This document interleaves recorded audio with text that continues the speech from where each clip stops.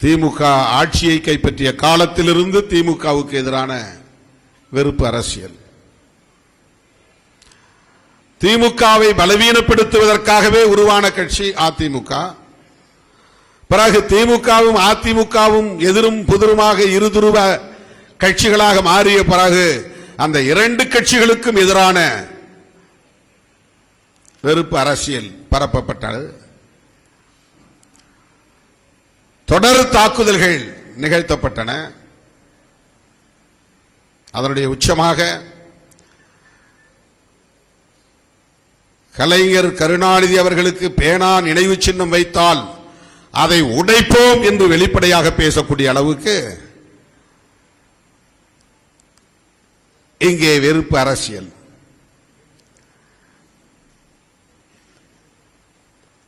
இன்றைக்கு அவர்கள் ஒரே மேடையில் ஒரே நிகழ்ச்சியில் கூடி குழவுகிறார்கள், கொஞ்சிக் கொள்கிறார்கள். அதுவெல்லாம் இங்கே விவாத பொருளாக மாறவில்லை.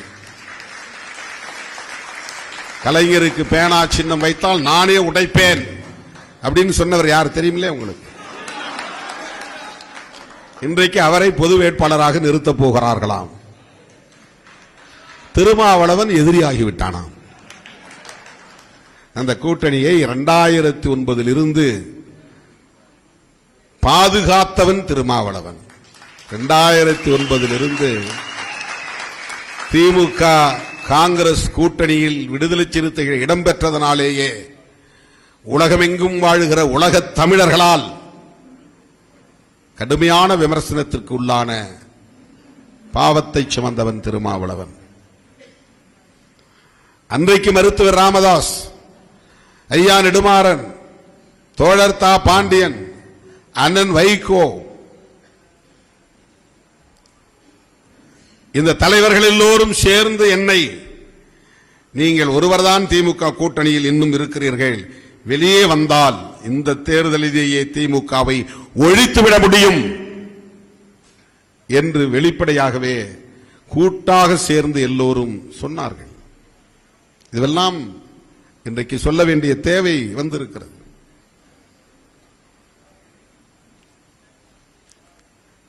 முள்ளிவாய்க்கால் படுகொலைக்கு திமுகவும் காங்கிரசும் தான் காரணம் என்று அவர்கள் பேசினார்கள். ஈழ அரசியலை வெறும் தமிழ்நாட்டு தேர்தல் அரசியலோடு பொருத்தி பார்க்க கூடாது என்று சொன்னவன் திருமாவளவன். ஈழத்தில் நடக்கிற அவலங்களுக்கு வெறும் தமிழ்நாட்டு தேர்தல் அரசியல் மட்டுமே காரணமாக இருக்க முடியாது. இது உலகளாவிய அரசியல். அதிலே அமெரிக்காவுக்கு தொடர்பு உண்டு, அமெரிக்க அடிவருடி நாடுகள் அனைத்துக்கும் தொடர்பு உண்டு. ஏறத்தாழ 22-23 நாடுகள் ஒன்று சேர்ந்து LTTE என்கிற தமிழீழ விடுதலை புலிகள் இயக்கத்தை முற்றாக அழித்தொழிக்க வேண்டும் என்று கங்கணம் கட்டிக்கொண்டு களத்திலே நின்றார்கள். ஆனால் ஒட்டுமொத்தமாக இவர்கள் தேர்தல் அரசியலுக்காக இவ்வளவுக்கும் காரணம் கருணாநிதிதான் என்று அவர் மீது பழி போட முயற்சித்த காலம் 2009. 30 முதலமைச்சர்களுள் ஒருவர் கருணாநிதி. கலைஞர், முத்தமிழறிஞர் கலைஞர் 30 முதலமைச்சர்களுள் ஒருவர். 38 மாநிலங்களில் 30க்கும் மேற்பட்ட மாநிலங்கள், யூனியன் டெரிட்டரி பிரதேசங்கள், இதில் ஒரு மாநிலம் தமிழ்நாடு. வெளிவிவகார கொள்கையை ஒரு மாநிலத்தால் வரையறுத்து விட முடியாது. ஆகவே ஈழ விடுதலை அரசியலில் திமுக மட்டுமே பழி சுமக்க வேண்டும் என்கிற நிலையை அன்றைக்கு அவர்கள் அத்தனை பேரும் எடுத்த போது நான் சொன்னேன், 1991 ராஜீவ்காந்தி படுகொலைக்கு பிறகு அதிமுக என்ன ஆதரவு நிலையை எடுத்தது? புலிகளை ஆதரித்தார்களா? ஈழத்தை ஆதரித்தார்களா? விவாதங்கள் நடத்தியிருப்பார்களா? போராட்டங்களை நடத்தியிருப்பார்களா? பேரணிகளை நடத்தியிருப்பார்களா? ஈழத்திற்கும் விடுதலை புலிகளுக்கும் நேர் எதிராக இருந்த ஜெயலலிதா அம்மையாரை ஆதரிக்க வேண்டும் என்ற இந்த நிலைப்பாட்டை எப்படி நீங்கள் வலியுறுத்துகிறீர்கள் என்று கேள்வி எழுப்பினேன். புதிதாக போய் திமுகவோடு ஒட்டிக் கொள்ளவில்லை. ஏற்கனவே திமுக கூட்டணியில் 2006 இருந்து இருந்தோம், தொடர்ந்தோம். திமுக மீதும் காங்கிரஸ் மீதும் என்னென்ன அவதூறுகள் பரப்பப்பட்டனவோ அல்லது பழி சுமத்தப்பட்டனவோ அல்லது குற்றங்கள் சாட்டப்பட்டனவோ அவ்வளவு குற்றச்சாட்டுகளையும் நான் சுமக்க நேர்ந்தது. நானும் சுமந்தேன். அதிலிருந்து தொடர்ச்சியாக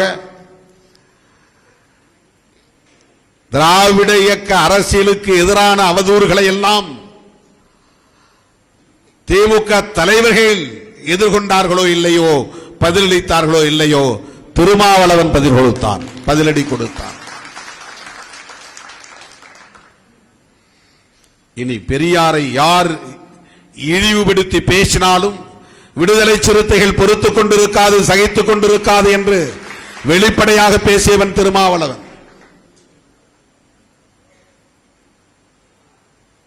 பெரியாரே மண்ணு என்று சொன்னபோது மிக வெளிப்படையாக சீமான் அவர்களை நான் கண்டித்து பேசியிருக்கிறேன். அதுவரையில் நான் அவரை ஒருபோதும் வெளிப்படையாக கண்டித்ததில்லை.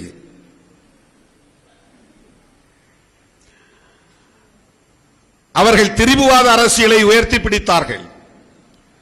தெலுங்கு எதிர்ப்புதான் தமிழ் தேசிய அரசியல். கருணாநிதி ஒரு தெலுங்கர்.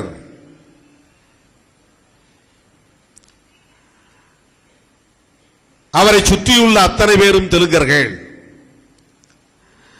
தெலுங்கர்களால் தான் தமிழன் வீழ்ந்தான்.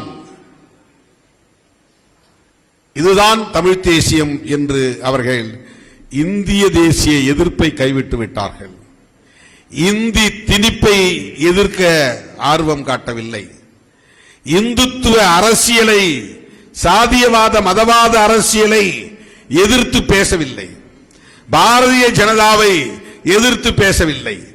RSS எதிர்த்து பேசவில்லை. வடவர் ஆதிக்கத்தை எதிர்த்து பேசவில்லை. வெறும் கருணாநிதி எதிர்ப்பு, திமுக எதிர்ப்பு, தெலுங்கர் எதிர்ப்பு என்று பேசுவதே இங்கு தமிழ் தேசிய அரசியல் என்று அவர்கள் திசை மாறி போன போது விடுதலை சிறுத்தைகள் குறுக்கிட்டோம்.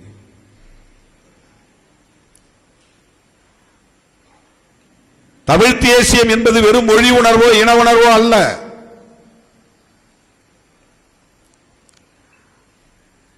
அண்ணன் பிரபாகரன் அவர்கள் அப்படி மொழி உணர்வும் இன உணர்வும் தான் தமிழீழ தேசியம் என்று உயர்த்தி பிடிக்கவில்லை. ஒரு தேச விடுதலைக்கான, தேசிய இன விடுதலைக்கான அரசியலை அவர் முன்னெடுத்த போது அந்த இனத்திற்கு நேர் எதிரான தேசியம் என்னவோ அந்த தேசியத்தை எதிர்த்தார்.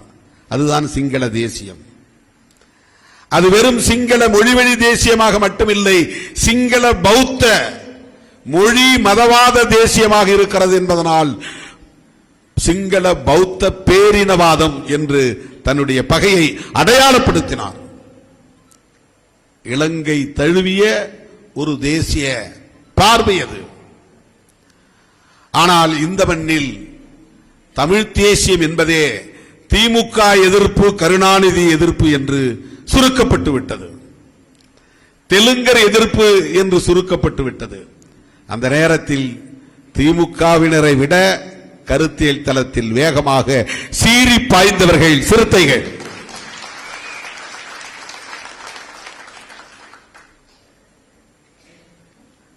முத்தமிழறிஞர் கலைஞர் அவர்களை மிகவும் கொச்சையாக மேடைகளில், அதிமுக மேடைகளில் பாடுவதுண்டு.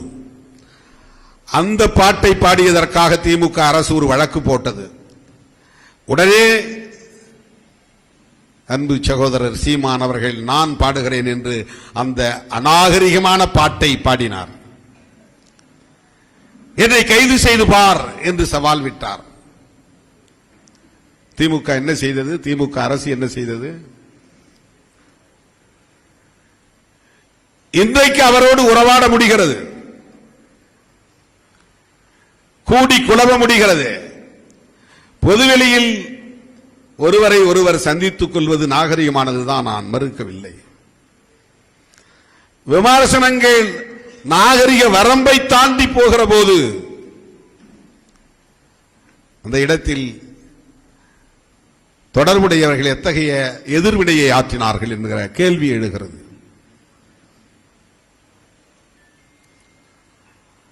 தோழர்களே, இது நான் தனிப்பட்ட முறையிலே யார் மீதும் காழ்ப்புணர்வு கொண்டு பேசவில்லை.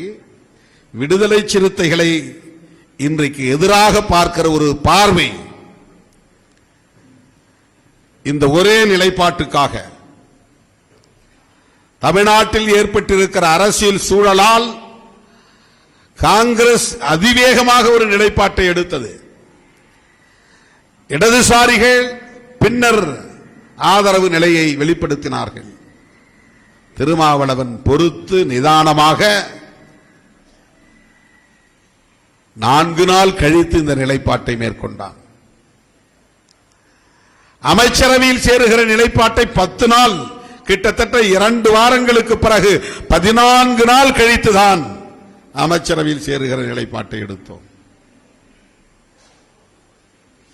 பாராட்ட மனம் இருந்தால் திருமாவளவன் அவசரப்படவில்லை, எவ்வளவு நிதானமாக பொறுமையாக இந்த நிலைப்பாட்டை எடுத்திருக்கிறார் என்று பாராட்ட முடியும். அப்படி பாராட்ட யாருக்கு மனம் இல்லை. தாவேக சிவப்பு கம்பளம் விரித்து காத்திருக்கிறது, கைகளை அகல விரித்து காத்திருக்கிறது. காங்கிரஸை போலவே வேகமாக ஓடி கை கொடுத்திருக்க முடியும். பதவி கிடைக்கிறது, அதிகாரம் கிடைக்கிறது, ஆளும் கட்சி கூட்டணி, பாதுகாப்பு இருக்கும் என்று ஆசைப்பட்டிருந்தால் உடனே திருமாவளவன் முடிவெடுத்திருப்பார் அல்லவா? அந்த ஆசை இல்லாததால் தானே இவ்வளவு பொறுமையாக நிதானமாக எடுக்கிறார் திருமாவளவன் என்று சொல்லுவதற்கு இங்கே யார் இருக்கிறார்? இந்த ஆசை இல்லை, அதனால்தான் அவர் நிதானமாக முடிவெடுத்திருக்கிறார். இப்படியும் பேசலாம் அல்லவா? பாராட்டலாம் அல்லவா? பாராட்ட மனம் இருந்தால் பாராட்டலாம் அல்லவா? ரெடியா இருக்கிறாங்க, போய் ஜாயின் பண்ண வேண்டியதானே, இதான் கூப்பிடுறாங்களே, போய் ஜாயின் பண்ண வேண்டியதானே. அந்த அளவுக்கு தயாராக இருக்கிற நிலையிலும் கூட திருமாவளவன் தயங்கி தயங்கி தயங்கி முடிவெடுக்கிறான் என்றால் பதவியிலும் பவிசிலும் இவனுக்கு பெரிய நாட்டம் இல்லை என்றுதானே பொருள். அதை மட்டுமே ஒரு வரையறையாக கொண்டு முடிவெடுக்கவில்லை என்றுதானே பொருள். வேறு முக்கியமான ஒரு பார்வை அவரிடத்திலே இருக்கிறது, தொலைநோக்கு பார்வை இருக்கிறது, அல்லது கருத்தியல் சார்ந்த பார்வை இருக்கிறது, அல்லது எதிர்கால கணக்கு ஏதோ இருக்கிறது. இதையெல்லாம் அடிப்படையாக வைத்துதான் மிகவும் நிதானித்து திருமாவளவன் முடிவெடுத்திருக்கிறார் என்று யாரும் சொல்லவில்லை, சொல்ல மாட்டார்கள். அதை நாம் எதிர்பார்க்கவில்லை. இன்னும் சொல்ல போனால் தேர்ந்தெடுக்கப்படாத நிலையிலும் கூட, நான் ஒரு சட்டமன்ற உறுப்பினராக இல்லாத நிலையிலும் கூட என்னால் அந்த அமைச்சரவையில் ஒரு அமைச்சராக முடியும் என்கிற வாய்ப்பு இருக்கிறது. அதற்கான விவாதமும் வெளியிலே நடந்தது. எனக்கு அந்த ஆசை இருந்திருந்தால் அடுத்த நாளே நான் வருகிறேன், இதைவிட வேற என்ன என்று நான் போய் கட்டி அணைத்திருக்க முடியாதா? ஆற தழுவி இருக்க முடியாதா? எனக்கு இந்த துறையை ஒதுக்குங்கள் என்று கேட்டு இருக்க முடியாதா? ஓடினேனா? தழுவினேனா? அந்த இடத்திலும் நாங்கள் ஆதரவை வெளியிலிருந்து தருகிறோம், அமைச்சரவையில் சேரமாட்டோம் என்ற முடிவை 9ஆம் தேதி நான் அறிவிக்கிறேன். அதன் பிறகு பேச்சுவார்த்தை நடந்தது. அந்த பேச்சுவார்த்தையிலே உயர்கல்வித்துறையை வேண்டுமானாலும் நீங்கள் எடுத்துக் கொள்ளுங்கள், அல்லது விவசாயத்துறையை வேண்டுமானாலும் நீங்கள் எடுத்துக் கொள்ளுங்கள், அல்லது தொழிலாளர் நலத்துறையை வேண்டுமானாலும் எடுத்துக் கொள்ளுங்கள், நீங்கள் வந்தால் என்ற கேள்வி, என்ற விவாதம் நடந்தது. அப்போதும் உறுதிபட நான் சொன்னேன், எந்த நிலையிலும் நான் அமைச்சரவையில் சேரமாட்டேன், நான் சேரமாட்டேன். கட்சி சேருவதென்று முடிவெடுத்தால் தேர்ந்தெடுக்கப்பட்ட உறுப்பினர் வன்னி அரசு அமைச்சராவார். பாராட்ட மனம் இருந்தால் பாராட்டலாம் அல்லவா? பாரா, எவ்வளவு பெரிய கோல்டன் ஆப்பர்ச்சுனிட்டி. திருமாவளவன் ஒரு மினிஸ்டர் ஆயிருக்கலாமே, ஏன் அவர் போய் சேரல? அவருக்கு அதில் அவ்வளவு ஈடுபாடு இல்லை. தனக்கு மந்திரி பதவி கிடைக்குங்கிற வாய்ப்பு இருந்தும் கூட தன்னோடு 30 ஆண்டுகளாக பயணித்த ஒரு சாதாரண தோழரை அமைச்சராக்கி ஆட்சி அதிகார பீடத்தில் அமர வைத்திருக்கிறாரே திருமாவளவன் என்ற கோணத்தில் பாராட்டலாம் அல்லவா? பாராட்ட மனம் இருந்தால் பாராட்டலாம் அல்லவா?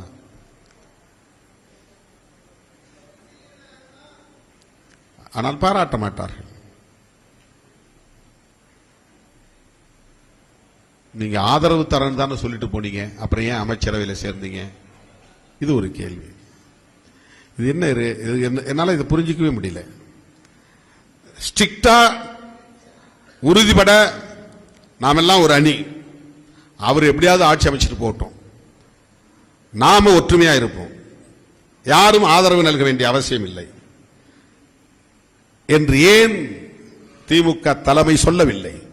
இந்த கேள்வியை யாரும் எழுப்பினார்களா? அது அவங்க இஷ்டம், அவங்களுக்கு சுதந்திரம், அதனால விட்டுட்டோம்னா அதுக்கு அடுத்த விமர்சனத்துக்கே போகக்கூடாது. அதற்கு அடுத்த விமர்சனத்துக்கே போகக்கூடாது. நீங்க அமைச்சரவையில் சேர்ந்ததனாலதான் உங்க கட்சியிலிருந்து ஒருத்தர் நாங்க இவங்க சேர்த்துக்கிட்டாங்க, அதனால கூட்டணியை முறிச்சது நீங்க தான். அந்த நாளில் அப்போதுதான் நான் சொன்னேன். அப்ப கம்யூனிஸ்டும் சொன்னார்கள் திமுகவோட உறவு எப்படி இருக்குன்னா உறவு அது தொடர்கிறது அப்படின்னு சொன்னாங்க. அதுக்கு பிறகு ஏதோ விளக்கம் கொடுத்தாங்க, அது வேற விஷயம்.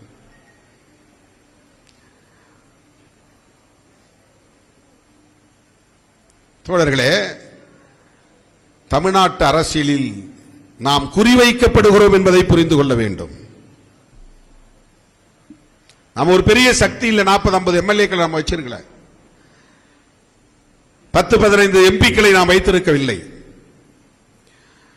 உறுதிப்படுத்தப்பட்ட வகையில் 8%, 10% நம்முடைய வாக்கு வங்கி இருக்கிறது என்ற நிலையில் நாம் இன்னும் வளரவில்லை. ஆனாலும் நாம் குறிவைக்கப்படுகிறோம்.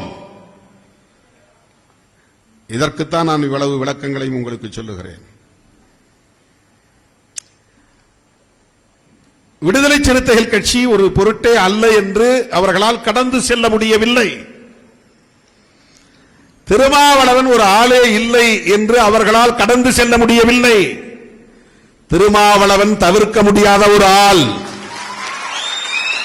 விடுதலை சிறுத்தைகள் கட்சி தவிர்க்க முடியாத ஒரு இயக்கம். இதுதான் அவர்களின் கண்ணை உறுத்துகிறது. எப்படி இந்த ஆளை டேமேஜ் பண்ணலாம், அப்படி ஒன்று சொன்னார், எப்படி ஒன்று சொன்னார். திமுக கூட்டணியில் இருந்தப்ப தாவேகா தலைவரை நாங்கள் விமர்சித்தது உண்மை, நான் மறுக்கவில்லை.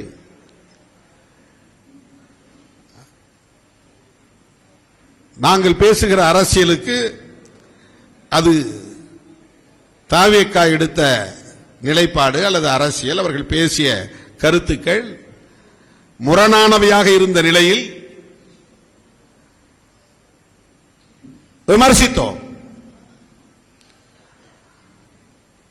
ஆட்சி அமைப்பதற்கு நெருக்கடியான ஒரு சூழலில் இந்த விமர்சனங்களை எல்லாம் கடந்து எங்கள் உறவை தாவேகா விரும்புகிறது என்கிற போது அந்த உறவை நாங்கள் தக்க வைத்துக் கொண்டிருக்கிறோம். அவ்வளவுதான். இதில் என்ன அரசியலில் பெரும் பிழை?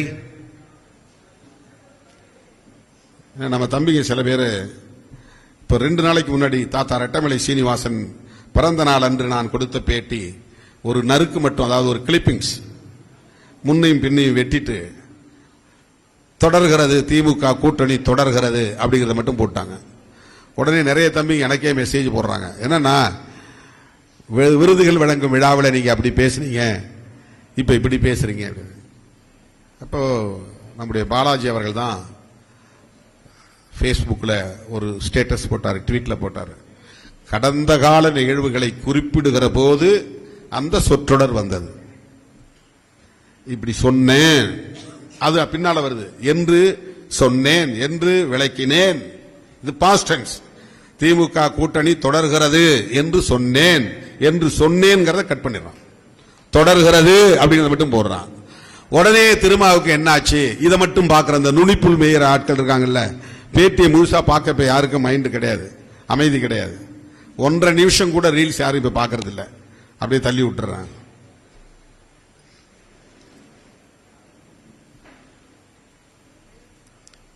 நாங்கள் எங்கே இருந்தாலும் அந்த இடத்தில் நேர்மையாக இருப்போம், இருந்திருக்கிறோம்.